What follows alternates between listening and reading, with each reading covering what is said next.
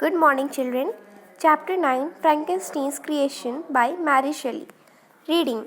Can you think of examples where science has been harmful for mankind instead of being helpful? The story is an excerpt from Mary Shelley's Frankenstein, where the explorer Robert Walton writes a series of letters to his sister in England, in which he retells Victor Frankenstein's tragic story. Frankenstein is a brilliant young scientist who creates a living being by bringing a dead body to life. However, Frankenstein is horrified by his appearance and abandons him. Read on to find out what happens next. It was on a dreary night of November that I saw what I had achieved in 2 years of toil.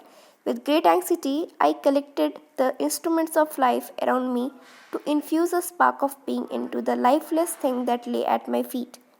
I saw the dull yellow eye of the creature open. It breathed hard and its limbs jerked in uncontrolled movements. How do I describe the wretch I had created with such pains?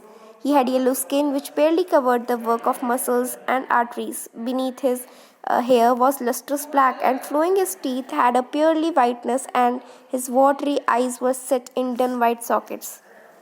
However, now horror and disgust filled my heart for the being, unable to look at the creature I had created. I rushed out of the room. I tried to sleep in my room, but I started up, disturbed by my dreams. By the dim and yellow light of the moon, I saw the miserable monster. He was holding up the curtains of the bed, and his eyes were fixed on me. He might have spoken, one hand stretched out to hold me back, but I escaped and rushed downstairs. I took refuge in the courtyard and passed the night miserably.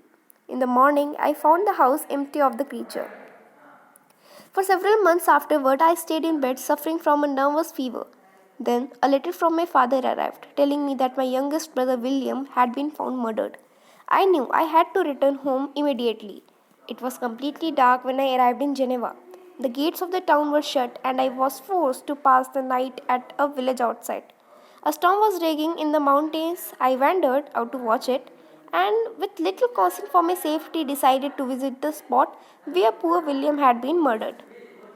Suddenly, in the darkness, I saw a figure lurking behind a clump of trees near me. A flash of lightning lit up the sky and revealed the gigantic and deformed shape of the creature. It was the wretch whom I had brought to life. What was he doing here? Could he be the murderer of my brother? I was convinced of it the moment the thought entered my mind. The creature passed me quickly, and I lost him in the gloom. I thought of the following him, but another flash showed him hanging among the rocks. With unnatural speed, he soon reached the summit of the mountain and disappeared. I entered my father's house at 5 in the morning. It was a house in mourning, and from that time I lived in daily fear of monster wickedness. At the same time, I wanted to see him to avenge the death of William. My wish was soon granted. One day I had wandered off alone up the valley of Chamanox and was resting along the side of the mountain when I saw a man coming towards me over the crevices at the ice at superhuman speed. It was a monster, and his face was filled with bitter anguish. "Begone," I exclaimed, "or rather stay, that I may turn you to dust." "I expected this reception," said the monster. "All the men hate the wretch. I must be the most hated of them all. But if you agree to my conditions, I will leave the world for men and you at peace.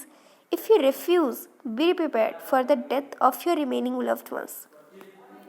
I was furious, but he continued, "Have I not suffered enough? Remember that I am your creature. All around me I see happiness, but I am excluded from it. I was compassionate, but misery made me a demon.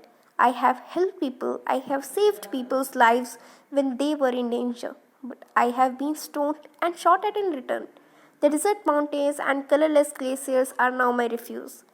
Only the bleak sky is kind to me. Listen to me, Frankenstein. I am alone and miserable, and only one who is just like myself would be my loyal companion. You must create a woman for me who will be my bride. Cut off from the entire world, we shall be attached to one another. Our lives might not be happy, but they will be harmless. You shall never see us again. We will go away to the vast wilds of South America, and my life will flow quietly away." I pitied him then and replied, "I agree to your demand, but only on your solemn promise to leave Europe forever." "I swear," he cried. "Go home and start working. I shall watch the progress with anxiety." Saying this, he left. I left for England with my friend Henry Cleverell.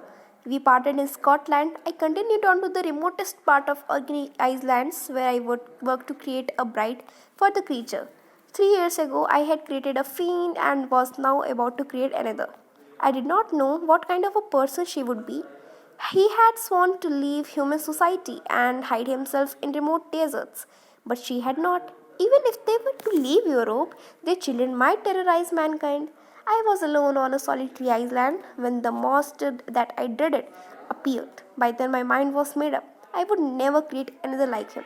Begone, I cried. I break my promise. I will never create a being that might be look like you in wickedness. The monster gnashed his teeth in anger. Will every man find a wife for himself, and each beast have his mate, and I be alone? I had feelings of affection, and they were returned by hatred and scorn. I am leaving now, as you ask, but remember, I will always be with you. I rushed forward to stop him, but he left the house at great speed after delivering his terrible threat. I saw him sail away in a boat which shot across the waters with the swiftness of an arrow. The next day I set off to rejoin Cleverell and returned home, but I never saw my friend again. The monster had taken his life too, as I found, and for a time I was put in prison on suspicion of the crime. On my release, I returned to Geneva to watch over those I loved. So children, our chapter is completed. If you like my channel, please like, share and subscribe and hit the bell icon. So have a nice day. Bye bye.